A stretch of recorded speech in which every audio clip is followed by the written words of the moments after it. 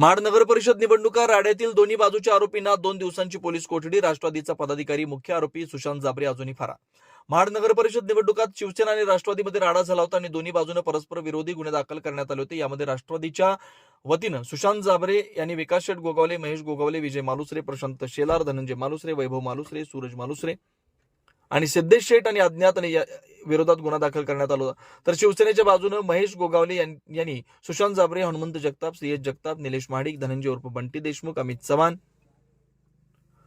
अमित शिगवन, व्यंकट मंडला, जगदीश पवार, गोपाल सिंग, मनजित सिंग अरोरा, मोनिश पाल, समीर रेवाळे यांच्या 8 ते 10 जणांविरोधात गुन्हा दाखल केला. जवळपास 1.5 महिन्यानंतर आज दोन्ही बाजूने आरोपी पोलीस स्टेशनला शरण आले आणि पोलिसांनी दोन्ही बाजूच्या आरोपींना न्यायालयासमोर हजर केलं. आज मान्य न्यायालयानं दोन्ही बाजूच्या आरोपींना 2 दिवसांची पोलीस कोठडी सुनावली. मुख्य म्हणजे महेश गोगावले यांनी दाखल केलेल्या पुण्यातील मुख्य आरोपी सुशांत जाबरे अजूनही फरार असल्याचं समजतंय.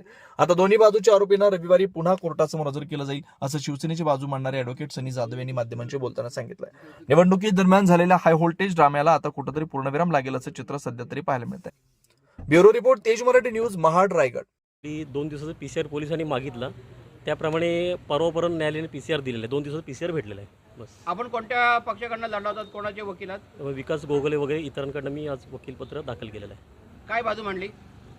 आता त्या काही गोष्टी आहेत, आता पुढे याच्यात ते तपास चालू आहे, त्यामुळे आता ते सांगणं योग्य नाही. नंतर सगळे आरोपी बाकीचे होते 1 ते 8 सगळे हजर झाले आज. महाड नगरपालिकेची 2 डिसेंबरला जी निवडणूक होती, मतदान होतं, त्या मतदानाच्या दिवशी दोन्ही गटांमध्ये मारामारी झालेली होती. एकमेकांविरुद्ध परस्परांविरुद्ध तक्रारी दिलेल्या होत्या.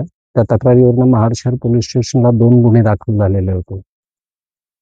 त्या गुन्ह्यामध्ये यापूर्वी दोन्ही गुन्ह्यांमध्ये 3 आरोपी अटक केले गेलेले होते. आज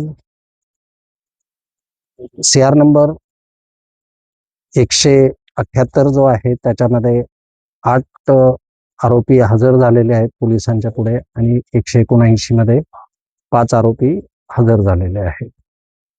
त्यांची अटकेची पुढची प्रक्रिया पार पाडण्यात आलेली आहे आणि त्यानंतर त्यांना माननीय न्यायालयासमोर हजर करण्यात आलेलं आहे.